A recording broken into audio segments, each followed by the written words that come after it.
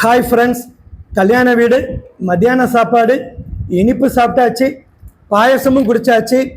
பயம் வந்துருச்சு சுகர் எங்கே கூடிடுமோன்னு சொல்லி. அப்படி தான் ஒரு கிளையண்ட் நேற்று ஃபோன் பண்ணாங்க. சார், எப்பையும் போடக்கூடிய டேப்லெட்டு அடிஷ்னல் டோஸ் ஒன்று போடலாமான்னு கேட்டாங்க. நான் வேண்டாம், நோ அப்படின்ட்டேன். நான் ஏன் அப்படின்னா, அது போல் போட்டால் பெருசாக எந்த பிரயோஜனம் இல்லை. அது மட்டும் இல்லாமல் ஒரு 4-5 மணி நேரம் கழித்து சடன் லோ சுகர் போகக்கூடிய ஆபத்து அதிகமாக உள்ளது. அப்போ என்ன செய்யலாம்? ஹெவி மீல் சாப்பிடாதீங்க, ஸ்வீட் எடுக்காதீங்க. சார், சாப்பிட்டாச்சு என்ன சார் செய்யலாம்? ஸோ ஹெல்த்தியான உடம்பு, ஃபிட்டான பாடி அப்படின்னா மீல்ஸுக்கு பின்னாடி ஒரு 15 to 30 நிமிஷம் பிரிஸ்க் வாக்கிங் போங்க, தண்ணி நல்லா குடிங்க. இது அந்த சுகர் ஸ்பைக்கை கம்மி பண்ணும். அப்போ எப்பயுமே ஸ்வீட் சாப்பிடக்கூடாதா? பொதுவான அட்வைஸ் நான் பண்ண முடியாது.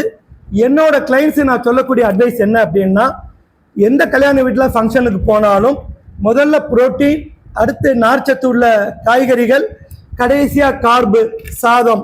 அது முடித்ததுக்கு பின்னாடி சின்ன பிட்டாக ஒரு ஸ்வீட்டை சாப்பிடுங்க. அது நல்லது. சாப்பிட்ட சாட்டிஸ்ஃபேக்ஷன் கிடைச்சிடும்.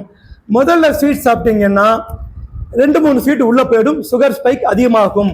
அதனால வேண்டாம். So moderation is the key. Portion control மனசில் வச்சுக்கிங்க.